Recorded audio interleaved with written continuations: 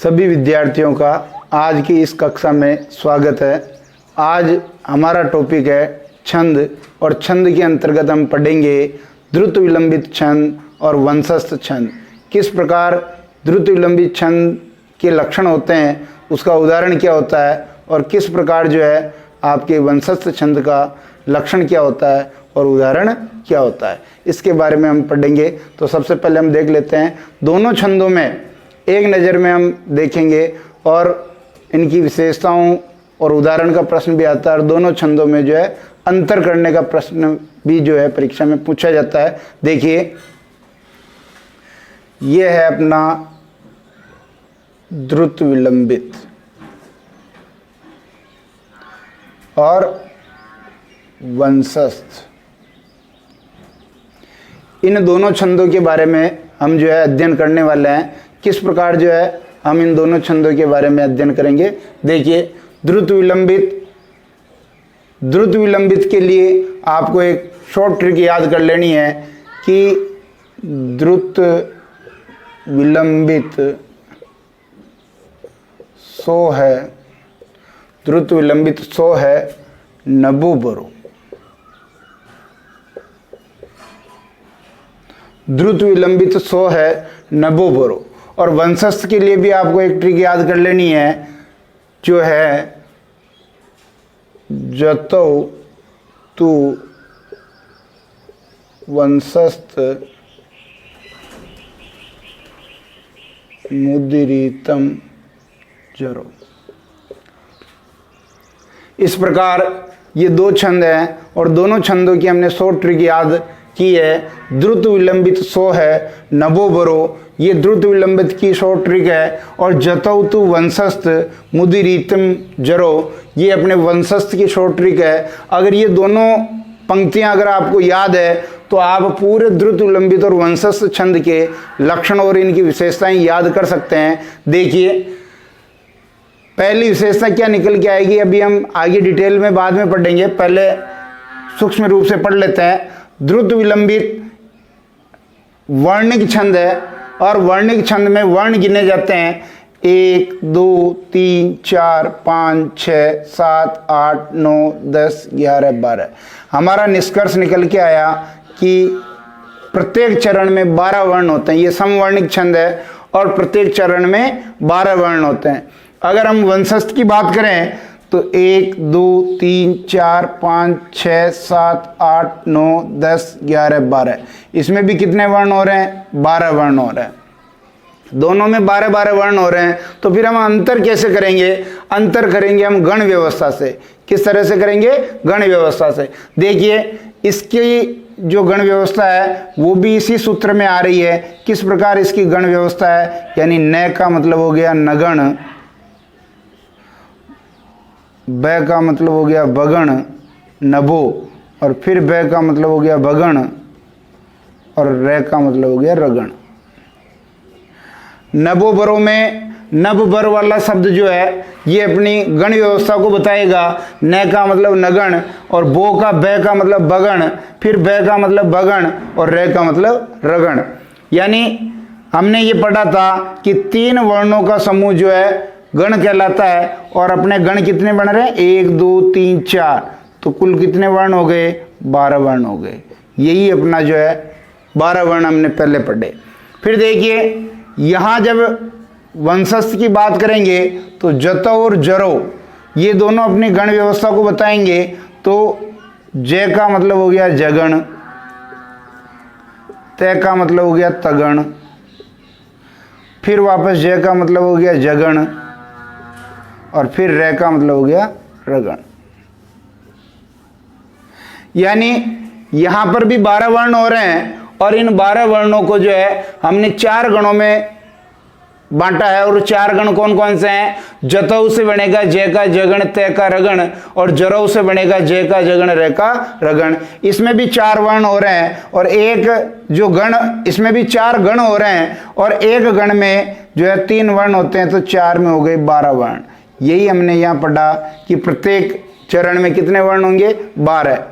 अब आपको गण भी पता चल गया, आपको वर्ण भी पता चल गया, तो एक बार इसी उदाहरण पर जो है हम गण व्यवस्था लगा के देख लेंगे, ताकि हमें पता चलेगा कि अपना जो ये सही है कि नहीं है।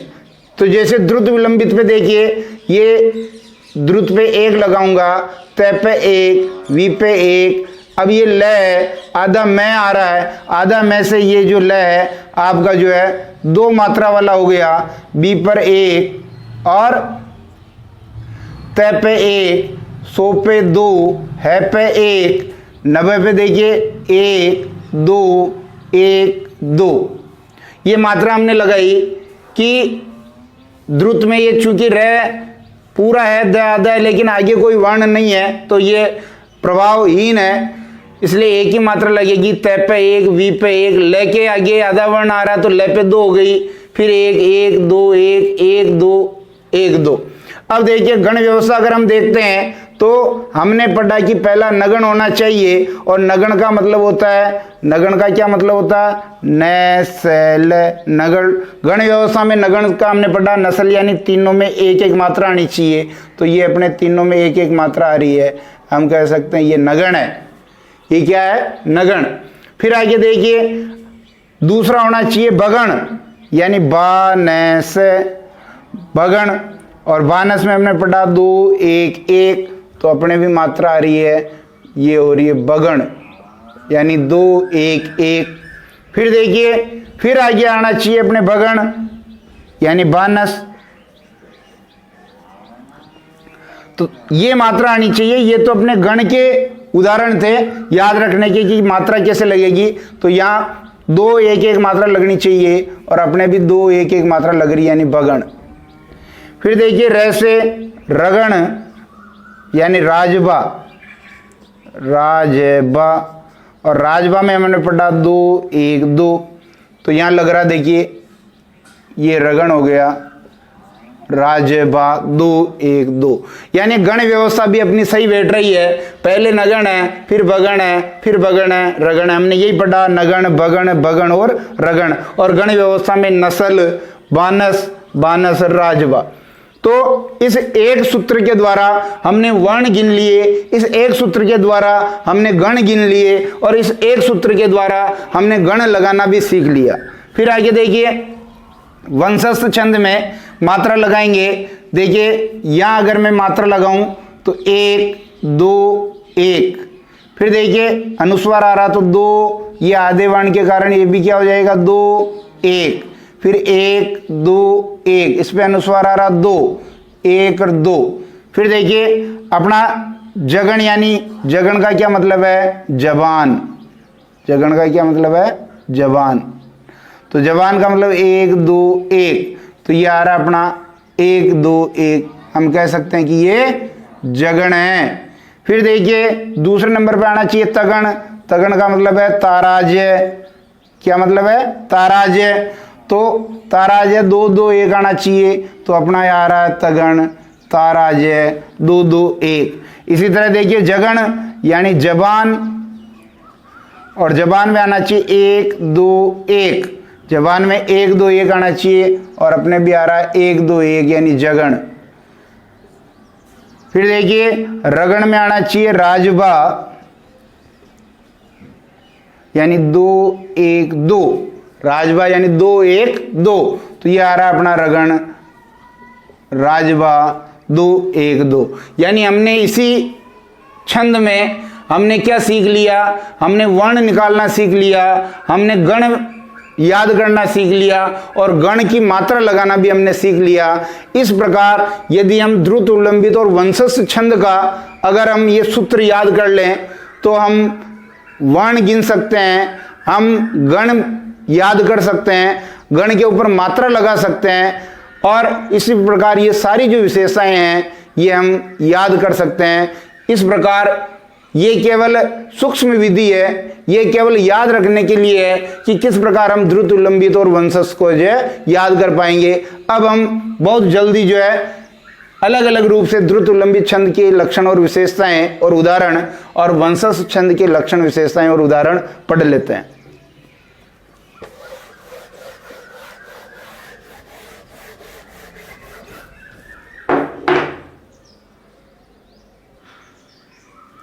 देखिए सबसे पहले द्रुत विलंबित छंद की विशेषताएं देख लेते हैं।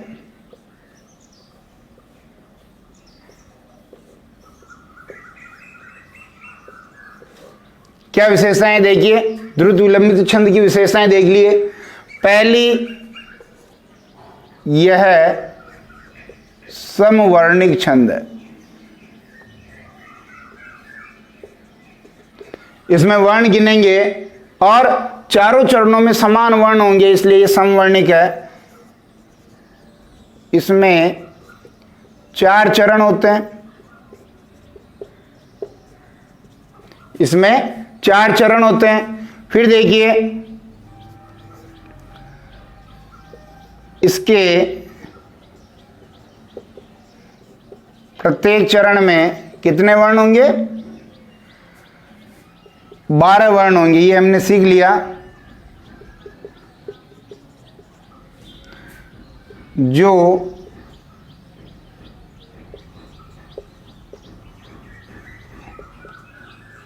क्रमानुसार, अब द्रुत विलंबित नभो बरो, नगण, बगण, बगण और नैबो भैरो रगण के रूप में आते हैं। वर्ण होते हैं जो क्रमानुसार नगण, बगण, बगण और रगण के रूप में आते हैं। तो ये हमने समवर्णिक छंद पढ़ लिया। इसमें 4 चरण होते हैं, पढ़ लिया। प्रत्येक चरण में 12 वर्ण होते हैं, पढ़ लिया। और प्रत्येक चरण में जो गण व्यवस्था होगी नगण, बगण, बगण और रगण के रूप में होगी, या इसको यूं कर लीजिए, इसके प्रत्येक चरण में 12 वर्ण होते हैं जिसमें गण व्यवस्था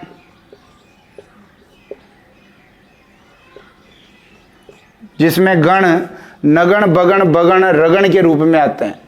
जिसमें गण, नगण, बगण और बगण के रूप में आते हैं। ये इस प्रकार जो है अपना 3 विशेषता वाला द्रुत विलंबित छंद हो गया।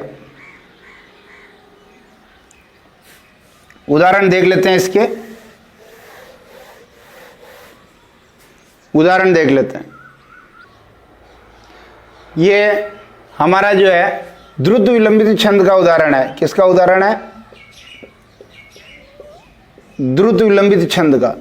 अब द्रुत विलंबित छंद का उदाहरण देखिए, तो जब हम इस उदाहरण में मात्राएं लगाएंगे उससे पहले हम ये पता कर लें कि ये द्रुत विलंबित छंद है या नहीं है। तो सबसे पहले वर्ण गिनने हैं, 1 2 3 4 5 6 7 8 9 10 11 12।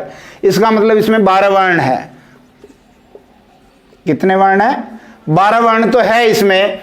1 2 3 4 5 6 7 8 9 10 11 12। 1 2 3 4 5 6 7 8 9 10 11 12। 1 2 3 4 5 6 7 8 9 10 11 12। यानी सब में कितने कितने वर्ण है? 12 12 वर्ण है।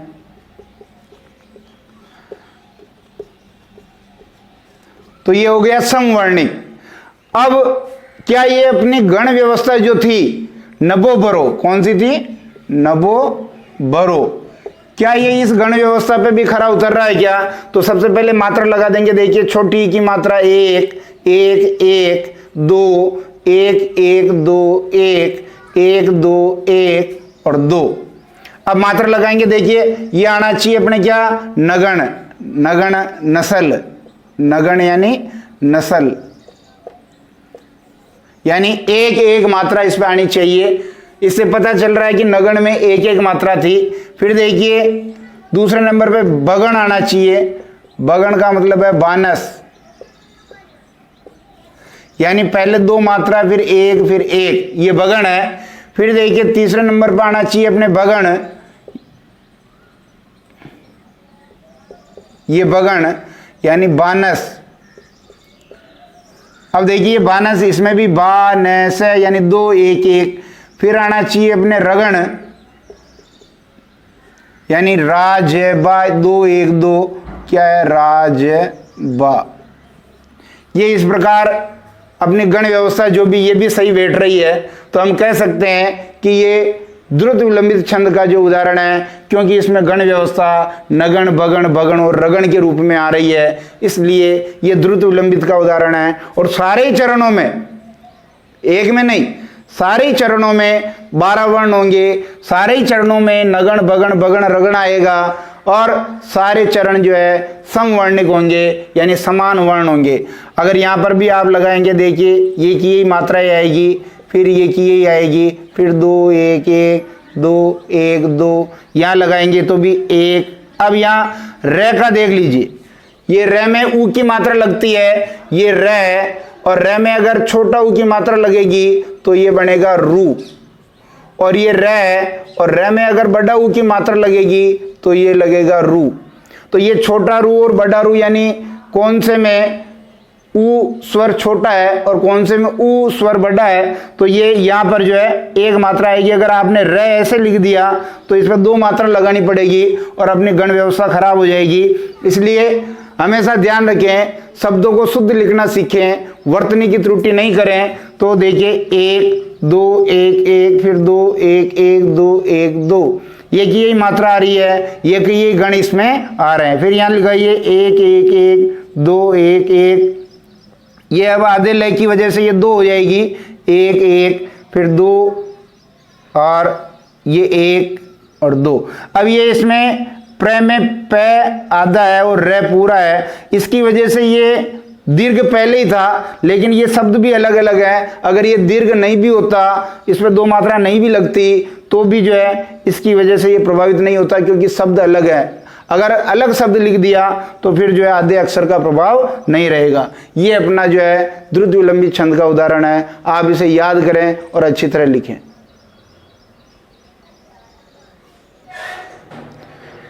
वंशस्थ छंद की विशेषताएं देख लेते हैं। वंशस्थ छंद,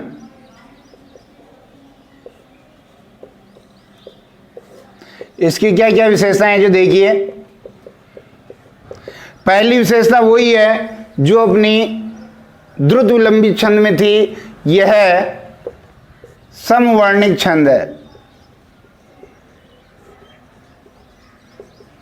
कौन सा? समवर्णिक छंद, वर्ण गिने जाएंगे। और दूसरी विशेषता उसमें जो थी, इसी में भी वही विशेषता है कि इसके या इसमें 4 चरण होते हैं। कितने चरण होते हैं? 4 चरण।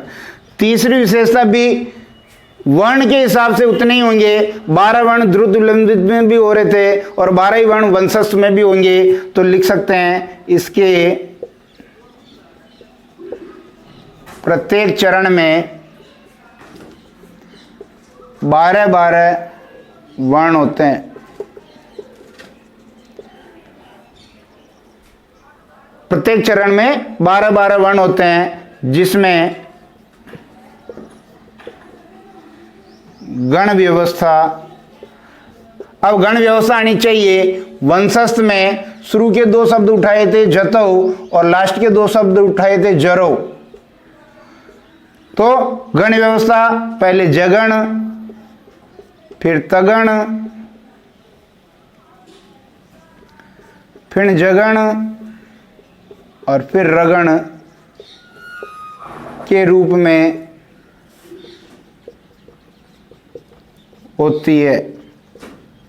यानी ये सारी विशेषताएं पहले हमने सूक्ष्म विधि से पढ़ ली थी, इनको याद रखने की या रटने की जरूरत नहीं है। अगर हमें वो सूत्र याद है तो उससे हम निकाल सकते हैं कि समवर्णिक छंद है, यानी द्रुत विलंबित और वंशस्थ दोनों वर्णिक छंद है, क्योंकि उसके 4 चरण में हमने वर्ण गिने थे और प्रत्येक चरण में 12-12 वर्ण आए थे।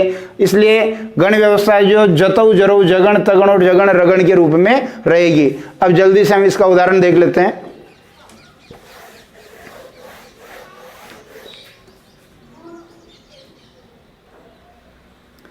देखिए वंशस्थ छंद का उदाहरण भी हम देख लें। वंशस्थ छंद में हमने पढ़ा था कि 12 वर्ण होने चाहिए, गिनेंगे 1 2 3 4 5 6 7 8 9 10 11 12, अर्थात अपने वर्ण कितने हो रहे हैं? 12 वर्ण। और ये प्रत्येक चरण में होने चाहिए 1 2 3 4 5 6 7 8 9 10 11 12। इसमें भी कितने वर्ण हो रहे हैं? 12 वर्ण। फिर देख लीजिए 1 2 3 4 5 6 7 8 9 10 11 12, इसमें भी कितने वर्ण हो रहे हैं? 12 वर्ण। फिर आगे देख लीजिए 1 2 3 4 5 6 7 8 9 10 11 12, इसमें भी कितने वर्ण हो रहे हैं? 12 वर्ण। तो पहली विशेषता जो समवर्णिक छंद है, वर्ण गिने हमने और इसमें प्रत्येक चरण में 12-12 वर्ण इसमें आ गए। अब हम देखेंगे कि क्या इसमें गण व्यवस्था भी ऐसे ही लग रही है। तो वंशस्थ की हमने गण व्यवस्था देखी थी कि जतौ और जरौ, क्या देखी थी? जतौ और जरौ। जय का मतलब जगण, जगण का मतलब पहले मात्रा लगा लेते हैं एक। अब इसमें आएगी तो एक, लेकिन इस आधे ने की वजह से ये क्या है? संयुक्त व्यंजन है, इस हिसाब से 2 हो जाएगी। 1 2 1 1 1 2 1। और ये त्रय में देखिए तय और रे, तय आधा है, रे पूरा इसमें, तो इसलिए ये 2 वाली हो जाएगी, ये 1 और 2। जब हम इनके ऊपर गण व्यवस्था देखते हैं तो अपना जैसे आना चाहिए जगण, और जगण का मतलब होता है जवान। तो जवान में देखिए पहला जो वर्ण है वो छोटा है, फिर इसमें जो है दीर्घ स्वर है, फिर ह्रस्व स्वर है, तो ये जगण सही है। फिर आना चाहिए तगण, ये आ गया अपने तगण। तगण, तगण में होता है ताराजय,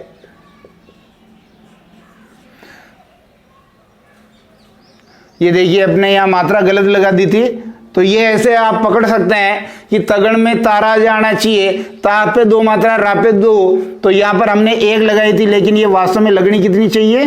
2।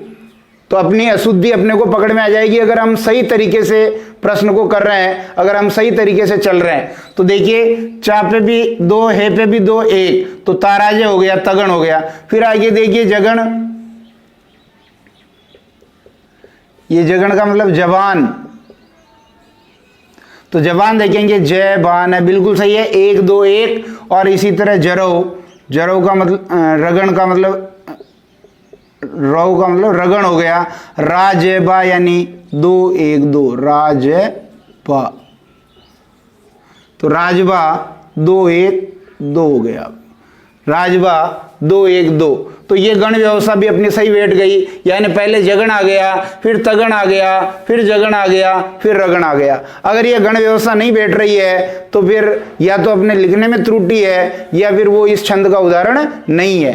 12 वर्ण होते हुए भी, क्योंकि हमने पढ़ा कि 12 वर्ण है, तो 12 वर्ण वाला तो वंशस्थ का उदाहरण भी हो सकता है, और 12 वर्ण वाला द्रुत विलंबित का उदाहरण भी हो सकता है। लेकिन अगर हम गण व्यवस्था लगा देंगे तो हमें पता चल जाएगा कि ये वंशस्थ का उदाहरण है या ये द्रुत विलंबित का उदाहरण है। फिर यहां पर भी मात्रा लगाएंगे, देखिए 2 1 2, सॉरी 1 2 1, फिर देखिए 2 2 1, फिर 1 2 1, फिर 2 1 2। ठीक इसी तरह इसमें भी वो क्यों ही गण बन रहे हैं। फिर देखिए 1 1 और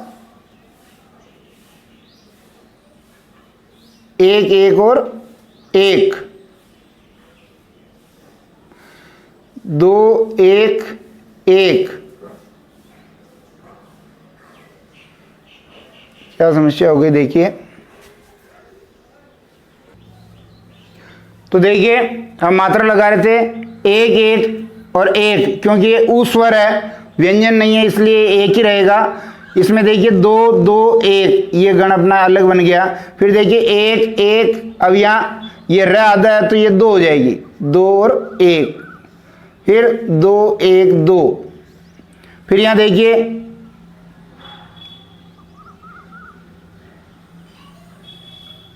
ये, सॉरी देखिए बीच में अपन ने मात्रा गलत कर दी थी, की पे 2 आना चाहिए, यहाँ 2 के पे। फिर 1 2 और 1, फिर देखिए 2 2 1 1 2 1 और 2 1 2। इस तरह से ये गण व्यवस्था अपनी बैठ जाएगी। वापस देखें, प्रत्येक चरण में हम अगर गण व्यवस्था लगाएंगे तो ये बैठ जाएगी। अगर कहीं पर भी हम ध्यान नहीं रखेंगे तो गलती कर देंगे। जैसे यहाँ के पर मैंने 1 मात्रा लगा दी थी, जबकि 2 मात्रा आनी चाहिए क्योंकि जवान है। इसी तरह जहां हमने लापरवाही की वहां गलती हो जाएगी, इसलिए अपने को लापरवाही नहीं करनी है। बड़े ध्यान से त्रुटि नहीं लिखते हुए वर्ण लिखने हैं, शब्द लिखने हैं और फिर उन पर मात्रा लगाएंगे तो निश्चित रूप से अपनी सारी विशेषताएं बैठ जाएगी। इस प्रकार ये छंद की तीसरी कक्षा थी जिसमें हमने 2 छंद द्रुत, लंबित और वंशस्थ के लक्षण और उदाहरण पढ़ लिए। निश्चित रूप से ये कक्षा आपको पसंद आई होगी। अगर आपको ये कक्षा अच्छी लगी है तो इस चैनल को लाइक करें, सब्सक्राइब करें, शेयर करें और आगे के अपडेट के लिए तैयार रहें।